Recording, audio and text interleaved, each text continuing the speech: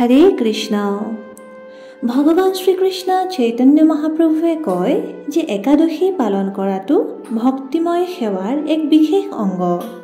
যদি কোনো ব্যক্তিয়ে একাদশী পালনক অনাদৰ কৰে তেন্তে তেওঁৰ আধ্যাত্মিক জীৱন নাশ হৈ পৰিব। একাদশীৰ দিনা এজন পবিত্ৰ বৈষ্ণৱে কৃষ্ণৰ পবিত্ৰ নামামৃত পান কৰি সন্তুষ্ট হৈ থকা উচিত। আহক আমি আজি ভৱিষ্যতৰ পুৰাণত বৰ্ণিত একাদশীৰ এই সুন্দৰ পৌৰাণিক কথাৰ শ্ৰৱণ কৰোঁ। এবাৰ যুধিষ্ঠিৰ মহাৰাজে ভগৱান শ্ৰীকৃষ্ণক জিজ্ঞাসা কৰিলে, হে জনাৰ্দন, মাঘ মাহৰ কৃষ্ণপক্ষত কি একাদশী সমাগত হয় আৰু ইয়াৰ মহত্ব কি? কৃপা কৰি এই বিষয়ে মোক বিস্তাৰিত ৰূপত কওক। ভগৱান শ্ৰীকৃষ্ণই এক মিচিকিয়া হাঁহি মাৰি যুধিষ্ঠিৰ মহাৰাজলৈ চালে আৰু তেওঁ যেন জনকল্যাণৰ অৰ্থে এক বিশেষ উপদেশ প্ৰদান কৰিছে তেনে এক ভাৱ লৈ ক'বলৈ ধৰিলে, হে ৰাজন, মাঘ মাহৰ কৃষ্ণপক্ষত সমাগত হোৱা একাদশী খট্টিলা একাদশী নামেৰে প্ৰসিদ্ধ। সকলো ধৰণৰ পাপ নাশ কৰা এই একাদশীৰ কথা বাস্তৱিকতে পুলস্ত্য মুনিয়ে দালভ্য মুনিক কৈছিল। মই সেই কথাকে আপোনাৰ সন্মুখত পুনৰাবৃত্তি কৰিবলৈ লৈছোঁ। ধ্যানপূৰ্বক শুনিব। দালভ্য ঋষিয়ে অতি বিদ্বান পুলস্ত্য মুনিক ক'লে, হে মুনিবৰ, মৃত্যুলোকৰ প্ৰত্যেক প্ৰাণী পাপময় প্ৰবৃত্তিত সংলগ্ন হৈ আছে। সিহঁতক নৰকৰ যাতনাৰ পৰা বচোৱাৰ উপায় কি? কৃপা কৰি সেই বিষয়ে বৰ্ণনা কৰি কওকচোন। তেতিয়া পুলস্ত্য মুনিয়ে উত্তৰ দি ক'লে, হে মহাভাগ, মাঘ মাহৰ কৃষ্ণপক্ষত সমাগত হোৱা একাদশীক খট্টিলা একাদশী নামেৰে জনা যায়। এই সময়ত মনুষ্যই স্নান কৰি নিজৰ ইন্দ্ৰিয়সমূহ সংযম কৰি একাদশী ব্ৰত পালন কৰা উচিত। আৰু ভগৱান শ্ৰীকৃষ্ণৰ দ্বাৰা নাৰদ মুনিক কোৱাই খট্টিলা একাদশীৰ কথা শ্ৰৱণ কৰা উচিত। ঋষি পুলস্ত্যই আৰু ক'লে যে খট্টিলা একাদশীৰ দিনা মাঘ মাহৰ পবিত্ৰ সময়ত মনুষ্যই স্নান কৰি ইন্দ্ৰিয়সমূহ সংযমিত কৰি কাম, ক্ৰোধ, অহংকাৰ, লোভ তথা নিন্দা ত্যাগ কৰা উচিত। পৰম পুৰুষোত্তম ভগৱানৰ স্মৰণ কৰি গোবৰ একত্ৰিত কৰি তাত তিল তথা কপাহ মিলাই 108টা লাডু বনাব লাগে। মাঘ মাহত অদ্ৰমূল নক্ষত্ৰ সমাগত হোৱাৰ লগে লগে কৃষ্ণপক্ষৰ এই একাদশী ব্ৰত ধাৰণ কৰা উচিত। ব্ৰতৰ সময়ছোৱাত জানি অথবা অজানিতে কৰা অপৰাধ ক্ষমা কৰিবৰ নিমিত্তে ভগৱান শ্ৰীকৃষ্ণৰ নাম জপ কৰা উচিত আৰু ৰাতি জাগৰণ কৰা উচিত। চন্দন, কৰ্পূৰ তথা পবিত্ৰ ভোগৰ দ্বাৰা পদ্মনাভ শ্ৰীহৰিৰ পূজা কৰা উচিত। তাৰ পিছত ভগৱানৰ পবিত্ৰ নামৰ উচ্চাৰণ কৰি পবিত্ৰ অগ্নিত পূৰ্বতে বনাই থোৱা সেই তিল মিশ্ৰিত 108টা লাডু ভগৱানক অৰ্পণ কৰা উচিত। তাৰ লগতে সীতাফল, নাৰিকল তথা মধুৰিআম অৰ্পণ কৰা উচিত।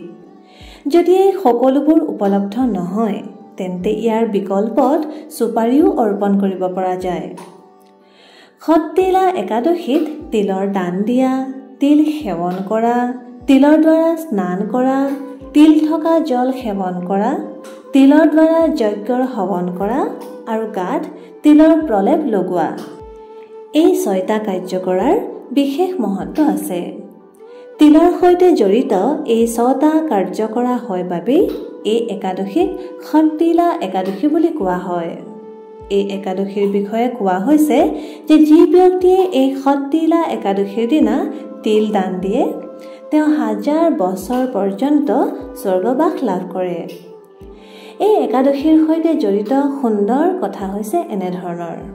প্ৰাচীন কালত এগৰাকী ব্ৰাহ্মণী আছিল। ব্ৰহ্মচৰ্য পালন কৰি তেওঁ ভগৱানৰ আৰাধনা কৰিছিল আৰু ব্ৰত উপবাস পালন কৰিছিল। কিন্তু কেতিয়াও তেওঁ কোনো ব্ৰাহ্মণ অথবা দেৱতাক অন্নদান কৰা নাছিল। অনেক যজ্ঞ তথা তপস্যা কৰি কৰি তেওঁৰ শৰীৰ দুৰ্বল হৈ পৰিছিল। তপস্যা কৰি কৰি তেওঁ শুদ্ধটো হৈ পৰিছিল, কিন্তু তেওঁ কেতিয়াও অন্নদান কৰা নাছিল। সেইবাবে তেওঁৰ তপস্যা বাস্তৱিকতে আধৰুৱা আছিল। আৰু এদিনাখন তেওঁৰ পৰীক্ষা কৰিবলৈ স্বয়ং ভগৱান শ্ৰীকৃষ্ণই ব্ৰাহ্মণৰ ৰূপ ধৰি তেওঁৰ ঘৰলৈ গ'ল আৰু অন্ন ভিক্ষা মাগিলে। সেই ব্ৰাহ্মণীগৰাকীয়ে ব্ৰাহ্মণৰ বেশত অহা ভগৱানক সুধিলে, হে ব্ৰহ্মদেৱ, আপুনি ক'ৰ পৰা আহিছে? ভগৱানে জানি বুজি একো উত্তৰেই নিদিলে। সেইবাবে ক্ৰোধ সম্বৰণ কৰিব নোৱাৰি ব্ৰাহ্মণীগৰাকীয়ে ভগৱানৰ ভিক্ষা পাত্ৰত মাটিৰ লডাকে ভৰাই দিলে। সেয়া দেখা পাই ভগৱান নীৰৱে তাৰ পৰা গুচি গ'ল। আৰু নিজৰ তপস্যা তথা ব্ৰত পালনৰ দ্বাৰা দেহ কৰাৰ পিছত সেই ব্ৰাহ্মণীগৰাকী ভগৱানৰ ধামতটো উপনীত হ'ল, কিন্তু তাত তেওঁ এটা সম্পত্তিবিহীন তথা কান্তিহীন এক সুন্দৰ মহল লাভ কৰিলে, য'ত অন্নৰ কোনো ব্যৱস্থাই নাছিল। যেতিয়া সেই ব্ৰাহ্মণীগৰাকীয়ে সেয়া দেখা পালে, তেওঁ ক্ৰোধিত হৈ ভগৱানক সুধিবলৈ ধৰিলে, হে জনাৰ্দন, মই সকলো ব্ৰত তথা তপস্যাৰ পালন কৰিলোঁ আৰু আপোনাৰ উপাসনাও কৰিলোঁ, তথাপিও মই অন্নৰ অভাৱ কিয় পাব লগা হৈছে?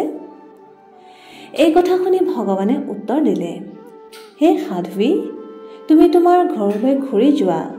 তোমাৰ দৰ্শন প্ৰাপ্তিৰ অৰ্থে দেৱতাসকলৰ পত্নীসকল আহিব। তেওঁলোকক সত্তিলা একাদশীৰ মহিমাৰ বিষয়ে জিজ্ঞাসা কৰিহে তুমি দুৱাৰ খুলিবা, অন্যথা কিন্তু নুখুলিবা। এই কথা শুনি ব্ৰাহ্মণীগৰাকী নিজ গৃহলৈ ঘূৰি গ'ল। কিছু সময়ৰ পিছতে কোৱা মতেই ব্ৰাহ্মণীৰ ঘৰলৈ দেৱপত্নীসকল আহিল আৰু ব্ৰাহ্মণীক দুৱাৰ খুলিবলৈ ক'লে। সেই সময়ত ব্ৰাহ্মণীগৰাকীয়ে তেওঁলোকক সত্তিলা একাদশীৰ মহিমা ক'বলৈ ক'লে। যেতিয়া দেৱপত্নীসকলে সেই মহিমা ক'লে, তাৰ পিছতহে ব্ৰাহ্মণীয়ে দুৱাৰ খুলিলে আৰু এই একাদশীৰ পালন কৰিলে। ইয়াৰ প্ৰভাৱত সেই ব্ৰাহ্মণীগৰাকীয়ে নিজৰ গৃহত ধন সম্পত্তি তথা সৌন্দৰ্য প্ৰাপ্তি কৰিলে। এইদৰে পুলস্ত্য মুনিয়ে কথাৰ অন্তত ক'লে যে যি ব্যক্তিয়ে এই অদ্ভুত সত্তিলা একাদশী শ্ৰদ্ধা সহকাৰে পালন কৰে, তেওঁ সকলো ধৰণৰ দৰিদ্ৰতা, আধ্যাত্মিক, মানসিক আৰু শাৰীৰিক দুৰ্ভাগ্যৰ পৰা মুক্তি প্ৰাপ্তি কৰে। বাস্তৱিকতে এই একাদশী পালন কৰি দান, যজ্ঞ তথা তিল সেৱনৰ দ্বাৰা ব্যক্তি পূৰ্বজন্মৰ সমস্ত পাপৰ পৰা মুক্ত হৈ পৰে আৰু জীৱনৰ অন্তত আধ্যাত্মিক লোক প্ৰাপ্তি কৰে। এই একাদশীৰ দিনা ব্যক্তিয়ে ব্ৰহ্ম মুহূৰ্তত উঠা উচিত, অৰ্থাৎ সূৰ্যোদয়ৰ পৰা প্ৰায় 1.5 ঘণ্টা পূৰ্বৰ সময়ত। প্ৰাতঃকালত ভগৱানৰ মংগল আৰতি কৰিব লাগে অথবা সেয়া দৰ্শন কৰিব লাগে।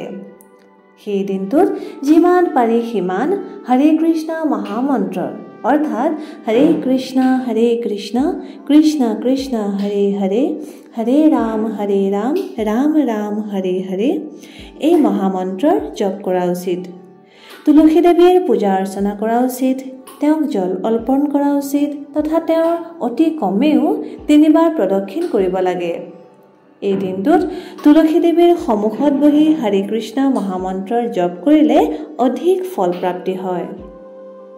সম্পূৰ্ণ দিনটোত অন্ন, দাইল তথা চাউল ইত্যাদি ত্যাগ কৰি উপবাস কৰা উচিত। যদি প্ৰয়োজন হয় তেন্তে আমি ফল, গাখীৰ অথবা একাদশী প্ৰসাদ গ্ৰহণ কৰিব পাৰোঁ। উপবাসৰ অৰ্থ হৈছে নিজৰ শাৰীৰিক তথা মানসিক চেতনাক যিমান পাৰি সিমান কৃষ্ণময় কৰি তোলা। উপবাসৰ অৰ্থ কেৱল ভোজনৰ ত্যাগ কৰা নহয়। উপবাস কৰি কোনো ব্যক্তিয়ে যদি প্ৰজল্প কৰে, অৰ্থহীন বাৰ্তালাপ তথা টিভি, মোবাইল ইত্যাদিত সময় অতিবাহিত কৰে, তেন্তে এনে উপবাসৰ কোনো মূল্য নাথাকে। উপবাসৰ অৰ্থ হৈছে সকলো ইন্দ্ৰিয় নিয়ন্ত্ৰণত ৰখা, অৰ্থাৎ কাৰো ওপৰত ক্ৰোধ নকৰা, কাৰো নিন্দা নকৰা, মিথ্যা নোকোৱা, প্ৰয়োজনতকৈ অধিক নোখোৱা আৰু যিমান পাৰি সিমান হৰি কথা শ্ৰৱণ কৰা, সেয়াও কিন্তু প্ৰামাণিক বক্তাৰ পৰাহে শ্ৰৱণ কৰা উচিত। এই দিনটোত আমি ভগৱত গীতা, ভাগৱত আদি বৈদিক গ্ৰন্থও অধ্যয়ন কৰিব পাৰোঁ। প্ৰয়াস কৰা উচিত যে আমাৰ চেতনাক যিমান পাৰি সিমান ভগৱান শ্ৰীকৃষ্ণত কেন্দ্ৰ কৰি স্থিত কৰি ৰখা। তাৰ বাবে আমি আমাৰ ঘৰুৱা পৰিৱেশো তেনেকুৱাই কৰি ৰাখিব লাগিব। সন্ধ্যা সময়ত আমি আমাৰ ঘৰত ভগৱান তথা তুলসী দেৱীক ঘিউৰ চাকি দিব পাৰোঁ আৰু হৰে কৃষ্ণ মহামন্ত্ৰৰ কীৰ্তন কৰিব পাৰোঁ। পৰৱৰ্তী দিনাখন দ্বাদশীত নিৰ্ধাৰিত পাৰণৰ সময়ত নিয়ম অনুসৰি একাদশী ব্ৰত পালন কৰিব লাগে। তেন্তে আহক মাঘ মাহৰ বিশেষ খট্টিলা একাদশীৰ সম্পূৰ্ণ শ্ৰদ্ধা তথা নিষ্ঠা সহকাৰে পালন কৰোঁ। আজিৰ দিনটোত নিজৰ চেতনাক যিমান পাৰি সিমান শ্ৰীকৃষ্ণৰ কেন্দ্ৰত স্থিত কৰি ৰাখোঁ। শ্ৰীকৃষ্ণৰ সুন্দৰ মনোমোহা স্বৰূপ, দিব্য লীলা তথা অদ্ভুত গুণৰ নিৰন্তৰ শ্ৰৱণ, কীৰ্তন তথা চিন্তন কৰোঁ আৰু আমাৰ মনুষ্য জীৱন সফল কৰোঁ। ধন্যবাদ। হৰে কৃষ্ণ।